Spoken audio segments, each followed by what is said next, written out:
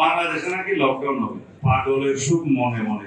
যদি দুঃসাহস থাকে আসেন বাংলাদেশের মানুষ আপনাদেরকে কিভাবে আপ্যায়ন করে দেখুন। পতিত ফ্যাসিস্ট স্বৈরাচারের একটা সহযোগী নাম নেওয়া তো ঠিক হবে না। তারা ঘোষণা করছে আগামী 13 নভেম্বর বাংলাদেশে নাকি লকডাউন হবে।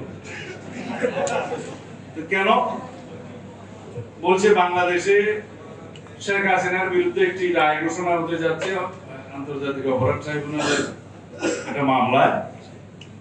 তারা ধরে নিয়েছে তাদের নেত্রীর কি হবে তারা জানে, আমরা জানি না, কারণ আমরা বিচার ব্যবস্থা বিশ্বাস করি। আদালত কি ঘোষণা করবেন, কি রায় দিবেন আমরা তো জানি। আমরা চাই সবাই সুবিচার পাবে। সেদিন নাকি লকডাউন সারা বাংলাদেশ। আমি আসলে বেশি বিস্তৃত কথা বলতেও চাই না। এখন বাংলাদেশের যারা রাজনীতিতে বিশ্বাস করে নাই কোনোদিন, বাংলাদেশের গণতান্ত্রিক ব্যবস্থায় যারা বিশ্বাস করে নাই কোনোদিন, ফ্যাসিবাদী স্বৈরাচারী কায়দায় এই দেশে দীর্ঘ অপশাসন চালিয়েছে, তারা যাদের মাধ্যমে এই দেশকে করদ রাজ্য প্রতিষ্ঠা করতে চেয়েছিল, তা আল্লাহ রাব্বুল আলামিন তারা তাদেরকে সেই দেশে আশ্রয় দিয়েছে। অর্থাৎ দিল্লিতে তারা আশ্রয় লাভ করেছে।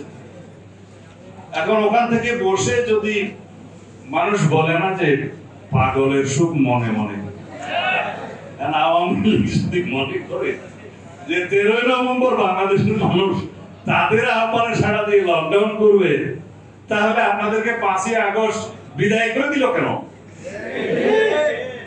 এই 1 বছরের ভিতরে কিভাবে আপনাদের মনে হলো যে ফ্যাসিস্ট পতিত শেখ হাসিনা এবং আওয়ামী ফ্যাসিবাদী শক্তির পক্ষে বাংলাদেশে লকডাউন আপনারা আহ্বান করবেন আর জনগণ সাড়া দিবে? আপনারা যদি দুঃসাহস থাকে আসেন বাংলাদেশের মানুষ আপনাদেরকে কিভাবে আপ্যায়ন করে দেখুন। আমরা তো চাই আপনারা এসে বিচারের মুখোমুখি হন, আসামির কাঠগড়ায় দাঁড়ান। আপনাদের সুবিচার নিশ্চিত করার দায়িত্ব এই দেশের মানুষের।